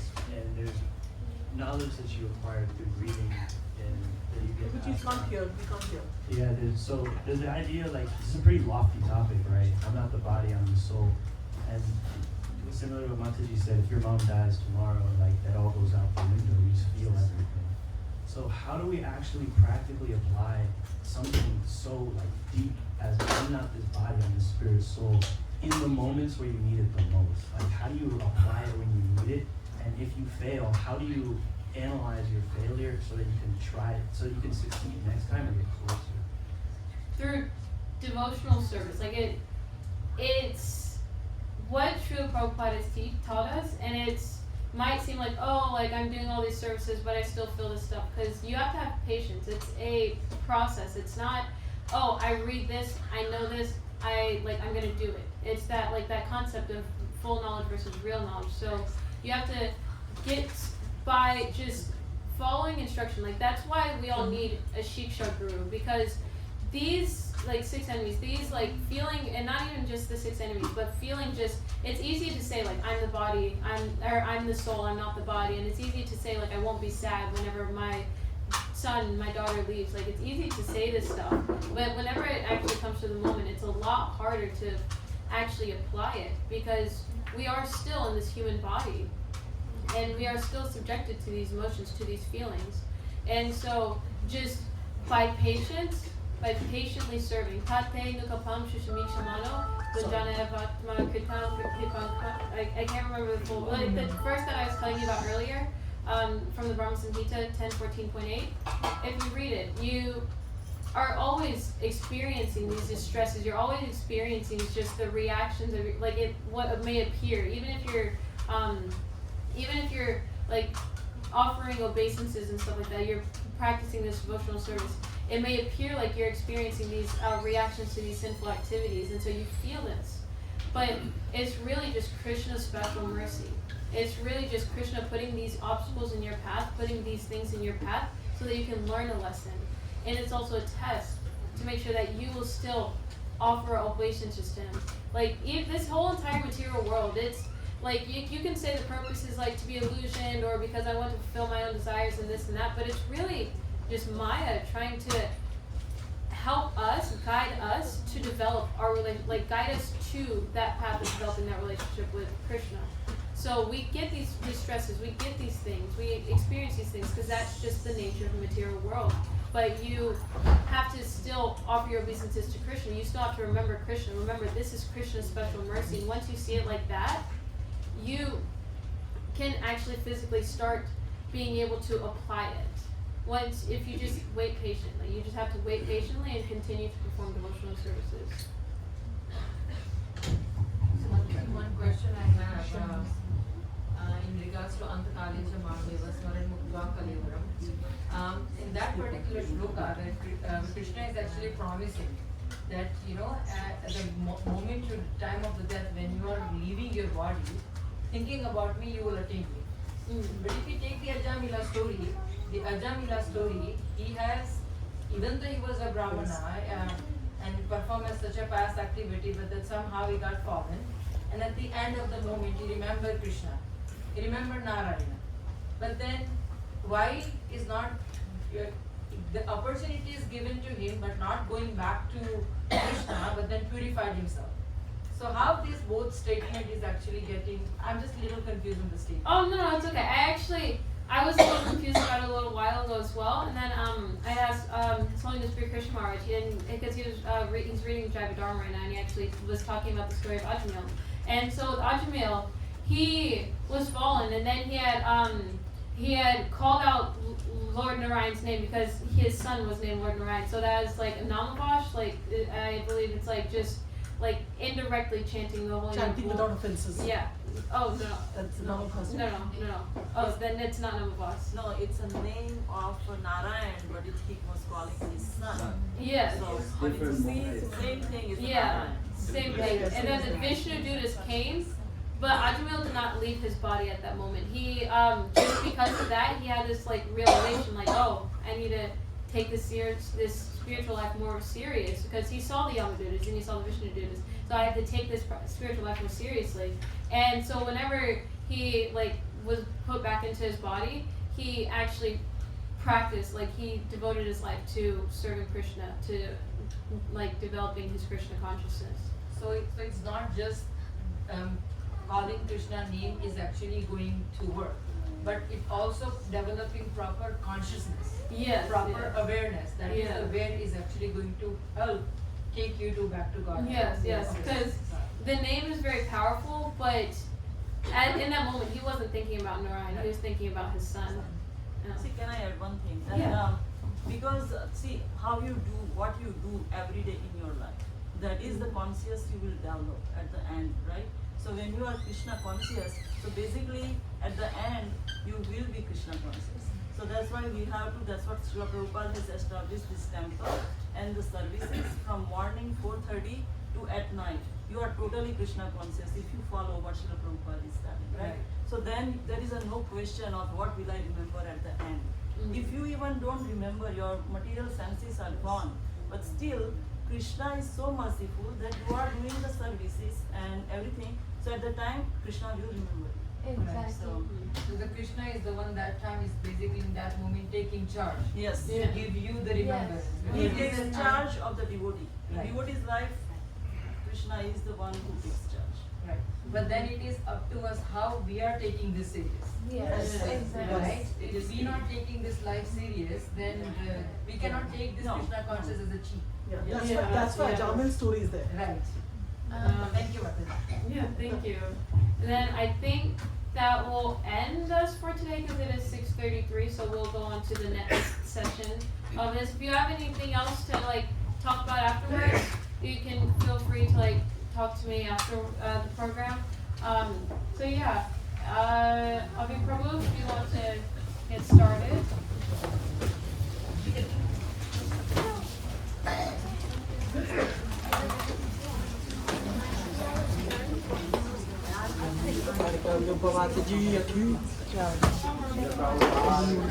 Jai. Shri Prabhupada ki Jai. Mataji. Wonderful job, Mataji. Jaya Gauranga Jaya Gauranga Jaya Gauranga Jaya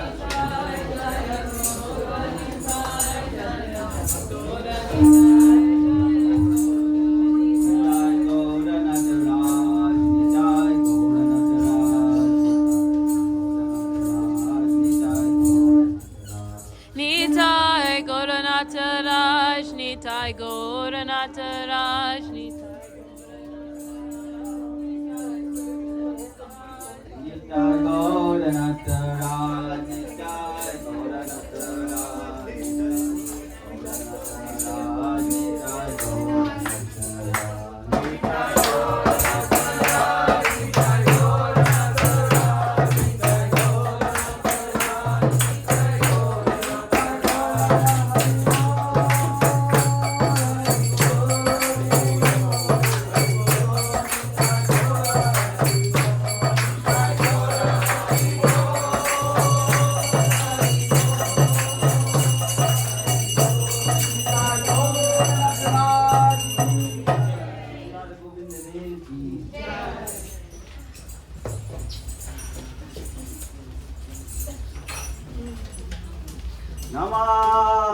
Namo Vishnu Padaya Krishna Krishaya Bhutale Srimate Bhaktivedanta Swami Iti Namine Namo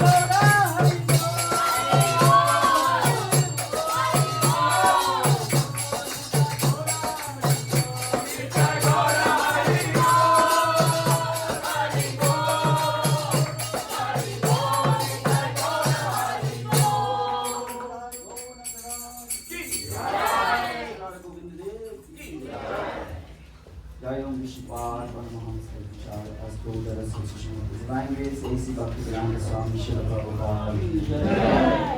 Jai Om Shiva Paramahamsa Vichara Astoda Association of Divine Grace Bhaktivedanta Saraswati Thakur Maharaj Prabhupada ki. Ananda Koti Vaishnava ki. Acharya Srila Haridas Thakur. ISKCON founder Acharya Srila Prabhupada. Principal Shri Krishna Chaitanya Prabhu Nityananda Shri Advaita Gadadhar Shri Sari Gaura Bhaktivinoda Ki. Shri Radha Krishna Gopinath Shamakunda Radhakund Giri Govardhan Ki. Shri Vrindavan Dham Ki. Mathura Dham Ki.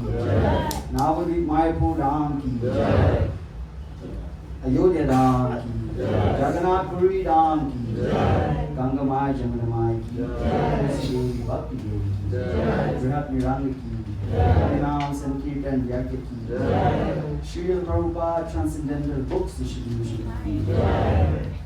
Samaveda Bhaktivinoda Ki. Most beautiful Lordship Shri Shri Nitai Gomnath Raj Ki. Shri Shri Radha Govinda Dev Ki. Gauda Premanande. All glories to the assembly. All glories to the assembly. All glories to the assembly. All glories to Shri Guru and Gauranga. All glories to Shri Prabhupada.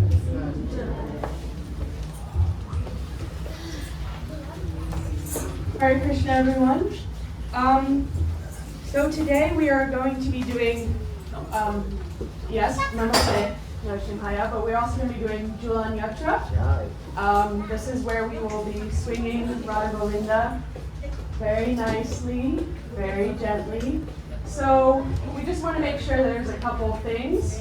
We want to keep this clear so that people can line up and have a path. So if you're sitting here, just make some room so that people can walk here and then walk this way. If you have children under the age of 10, please swing with them. They can't do it by themselves, so they have to swing with the parent, okay? So that they can be very nicely, okay? We want to be very gentle, right? They look very beautiful today, don't they? Yes. So let's swing Shri Shri Radha Govinda Dev, Govinda. And, yeah.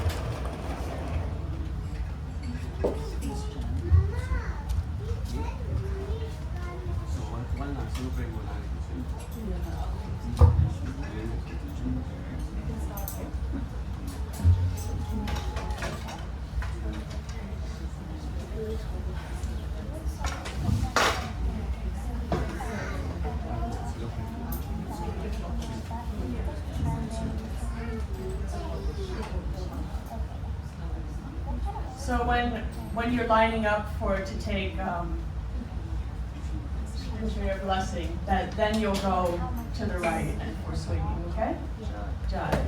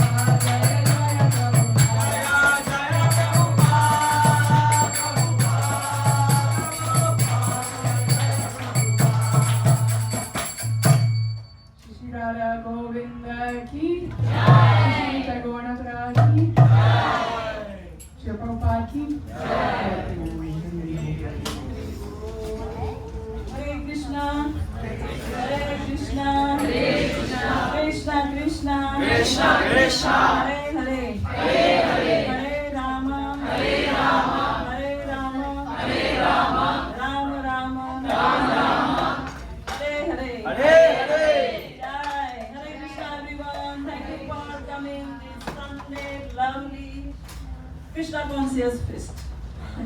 And happy Ekadasi everyone.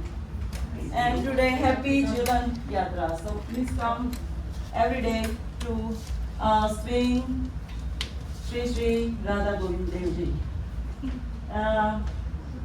They are here for until Balram Appearance Day.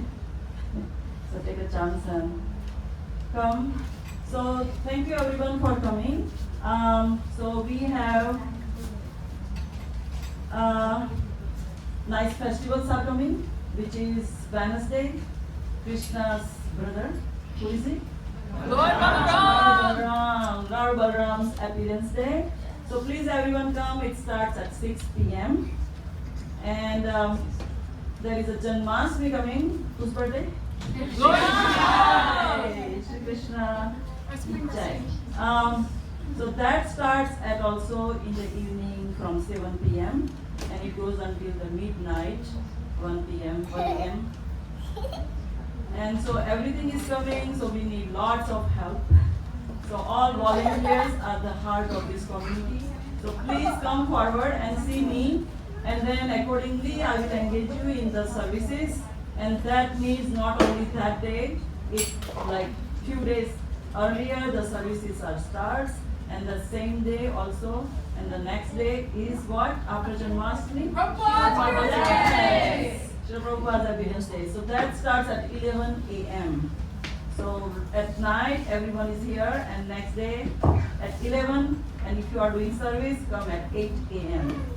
So you can cook something for Shri Prabhupada, and we will have Puspanjali, Abhishek of Shri Prabhupada, and on Janmashtami also we will have Abhishek for Radha Krishna, Radha Govind Dev Ji. And so, for that, your generous donation will help us continue doing these programs.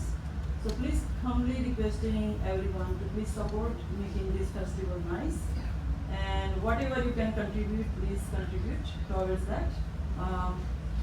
And we need Balram Appearance Day donation for the feast sponsorship. It's open. Plus for Janmashtami, new dress. So that is also, it's $851 for the new dress on Janmashtami. And then there is a feast sponsorship on Janmashtami as well. And there is a Prabhupada Appearance Day feast sponsorship is also there. So if anyone wants to contribute, I mean any amount is okay, but please if you can from your heart, anything is welcome. And there is another thing I'm missing. Oh yeah, flowers. So flowers also. So as much flowers we can get, we can decorate nice altar and then Shri Prabhupada. So please contribute towards that also. So it's all voluntary help, and then lots of help is needed. So please, everyone, anyone wants to come, just put your hands up who is available. For the Janmashtami, Balram Appearance Day, thank you Prabhu. Anyone? Prabhu, you can't help? No. So put your hands up, because I want to see how many people are available to help. So I can count maybe 10 people. So what happened to this 30, 40, 50, 60 people? What is the class about? Did we listen to the class that Radhika Rupa has given? We should apply in our life. And then that way, and the question, Mataji asks nice questions. So that's how we can remember Krishna at the end. If we do services, if we engage ourselves in Krishna conscious activities, at the end, the question won't come that am I going to remember Krishna or not? It is automatically Krishna will come and help us. So that's why Prabhupada has engaged us from morning to evening what to do every day. And if you follow Srila Prabhupada's books and what Srila Prabhupada's teachings, everything is very clear. And then you are able to go back to Godhead only in this life. So everyone, please help, and then let's go everyone together back to Godhead. Yay. We don't need to come back again and then just going back to yes, like last slide, right? Yes, and then anything else? Oh, Radhashri is also coming, so that's later, but I'm announcing just whatever is coming now. This Wednesday, 6 p.m., everyone please come, and then Janmashtami, which date? 6. Yes, and then Janmashtami, and next day Srila Prabhupada Appearance Day. So please everyone come. And also, we need to, the benches you see, if you are sitting on the benches, you like to sit on the benches? Everyone whoever is sitting? Okay, how soft it is? It's good. All of you like it? It's good? So we need to like make you all comfortable and sit more here. So we need to make this updated. So put new cushions and everything. So for that we need around $300 to make 3 benches nice. So if someone can contribute towards that, that would be very helpful and it can be done quickly. So thank you everyone, thank you for coming. And is there anyone coming first time today? Just put your hands up and then first time to this temple. Mataji? I came here 3rd time. Really? Oh wow, welcome back again. Where are you from? Toronto. Okay, so you're visiting. Yes. Oh nice, please keep on visiting. You have family with you? Yes. Let's see. That's your daughter? Prabhuji, Hare Krishna, thank you for coming. And anyone else first time? Oh, Hare Krishna Mataji. What's your name? Okay, you from here? No, I'm from Toronto. Oh, wow. Okay. That's your friend? No. Huh? Aunt. Okay, aunt is like a friend. Yes, welcome. Please come back again also. And you are here for Janmashtami Balram Appearance Day? No, I'm going to go back. Okay, so when you go back, you can go there, Toronto. Okay, nice. But thank you so much for coming. Anyone else? Okay, so nice. Prabhu, come second time? Third time. Third time. Welcome, Prabhu. Thank you. Keep on coming. Yes. Okay, thank you everyone. So now our next session will start with the chanting with absorption. Who is that? Oh, Avi Prabhu. Thank you. Hare Krishna. There is one hand. You want to go back?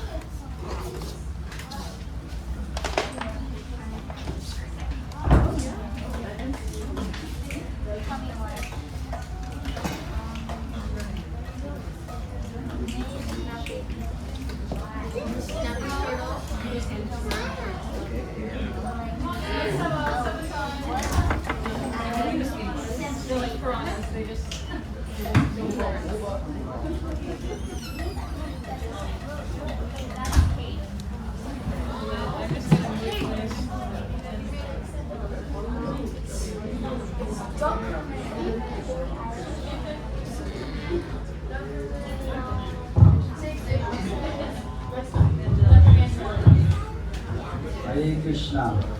Hare Krishna. Hare Krishna. Hare Krishna. Krishna Krishna. Krishna Krishna. Hare Hare. Hare Hare. Hare Rama.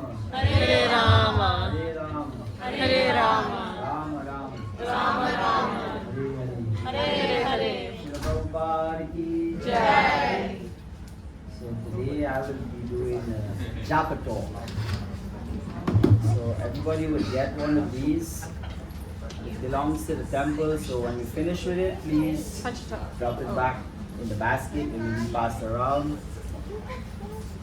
So this is a quarter of a round. Because of time, we just show like demonstration on how japa should be done. So we do a quarter of a round. 4 of this make a full round, 108 beads. This bead with the furry is the head bead, the master bead. So we start at this bead and then we pull, every mantra is counted on 1 bead.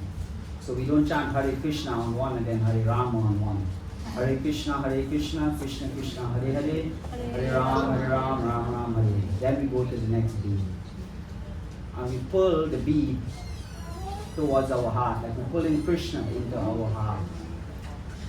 We do not touch the bead with our index finger, because this finger is used to point out the faults of other people, so it's considered as impure. So we don't, if we do accidentally touch, we can purify by touching to our head. And we chant the Panchatattva mantra on the beginning of the japa session. Like, so we hold a master bead, we chant Panchatattva mantra, and everything will be up on the board. And then we start with a Maha Mantra. So, why do we chant this Maha Mantra? Anybody knows? To tell the Lord, please engage me in your services? Okay, that's a good answer, but actually that's the meaning. When we chant it, we ask the Lord, dear Lord, please engage me in your love and devotional service. So, Sri Chaitanya Mahaprabhu written 8 verses when he was in this planet 500 years ago. And one of the most important, all of them 8 is very important, but one that stands out to me is number 3.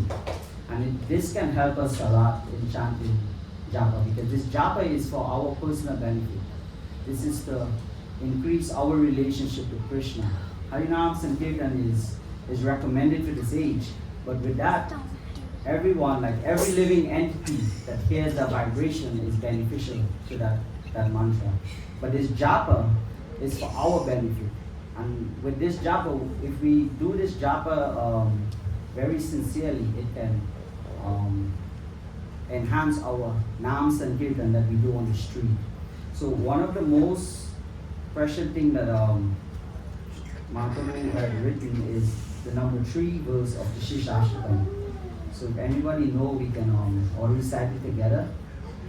Shinadapi Sunichena Karopapi Samashina Amanina Manadena Kirtanya Sadamri. So when we do japa, we should think about this verse, because the meaning is one should chant the holy name of the Lord in a humble state of mind, thinking oneself lower than the straw in the street. One should be more tolerant than a tree, devoid of all sense of false prestige, and should be ready to offer all respects unto others. In such a state of mind, one can chant the holy name of the Lord constantly.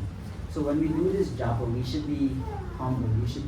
Because remember, when we chant this holy name, we are asking the Lord to engage us into service. And if we are not humble, how can we receive service? How can we receive instructions? Everybody understand? We should be humble in order to receive instructions, in order to receive service. So in that said, we can start with the japa. And we're going to start with the Panchatattva mantra.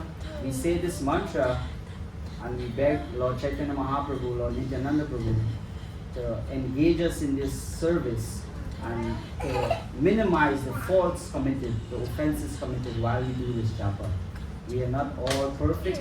We do commit faults, we do commit offenses, but by invoking this mantra, invoking Mahaprabhu and Lord Nityananda, we tend to minimize the faults that we commit, or the offenses that we commit, knowingly and unknowingly. Shouldn't be any knowingly, but unknowingly. So we will start with Jai Shri Krishna Chaitanya Prabhu Nityananda Shri Advaita Gadadhara Shri Vasari Gaura Bhakta Hare Krishna, Krishna Krishna, Hare Hare, Hare Rama, Rama Rama, Hare Hare, Hare Krishna, Krishna Krishna, Hare Hare, Hare Rama, Rama Rama, Hare Hare, Hare Krishna, Krishna Krishna, Hare Hare, Hare Rama, Rama Rama, Hare Hare, Hare Krishna, Krishna Krishna, Hare Hare, Hare Rama, Rama Rama, Hare Hare, Hare Krishna, Krishna Krishna, Hare Hare, Hare Rama, Rama Rama, Hare Hare, Hare Krishna, Krishna Krishna, Hare Hare.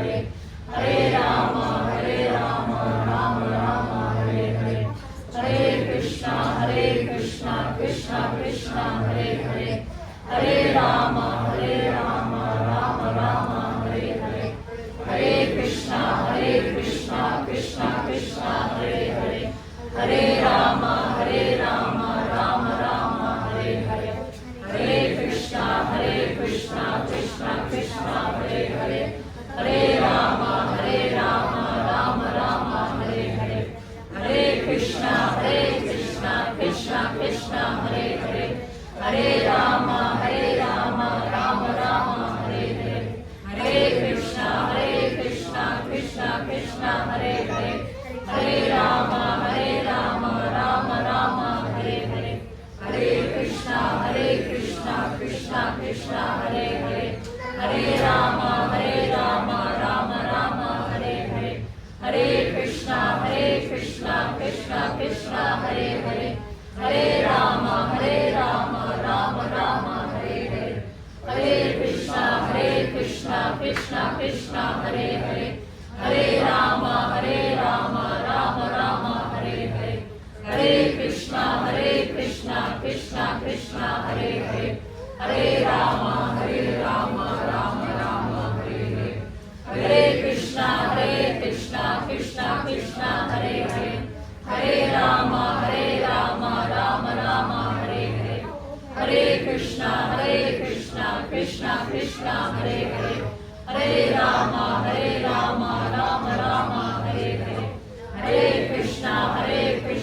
Krishna Krishna, Hare Hare. Hare Rama, Rama Rama, Hare Hare. Hare Krishna, Krishna Krishna, Hare Hare. Hare Rama, Rama Rama, Hare Hare. Hare Krishna, Krishna Krishna, Hare Hare. Hare Rama, Rama Rama, Hare Hare. Hare Krishna, Krishna Krishna, Hare Hare. Hare Rama, Rama Rama, Hare Hare. Hare Krishna,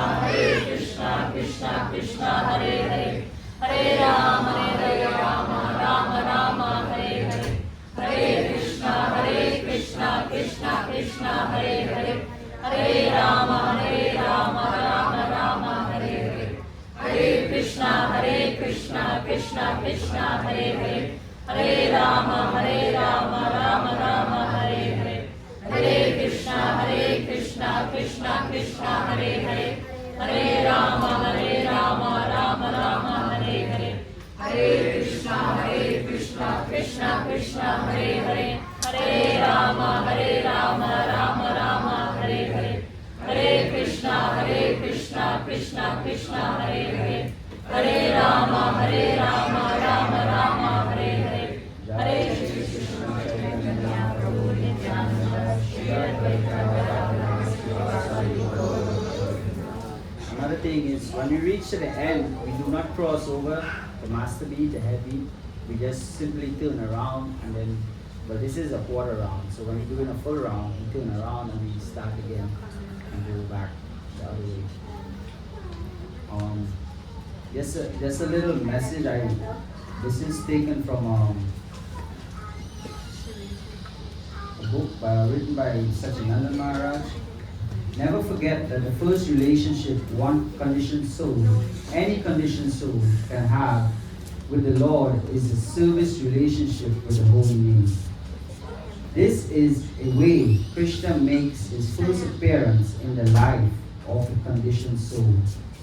Before any of the form of the Lord come to us, it is the name who enters our hearts. There he does his most important service, which is desperately needed. He purifies the inner sense of the antakarana, the subtle body, and continues deeper and deeper to reach our soul. Therefore, we must chant with a service attitude. Otherwise, we only play with the material sound vibration, which may remind us of Krishna if we are lucky, but is not yet Krishna himself. So we must have that service attitude. We must be chanting with like a child crying to his mother, to Krishna, like Krishna, we need you. Krishna, I need you. Like that kind of attitude. Otherwise, as you said here, it will just be like a material material vibration. We have a belief. It will eventually benefit us, but it will take longer. So with that, just please pass back all the beads. Somebody's collecting the beads. And please chant happily. Hare Krishna. Hare Krishna. Thank you so much. Vaishnava Bhajan.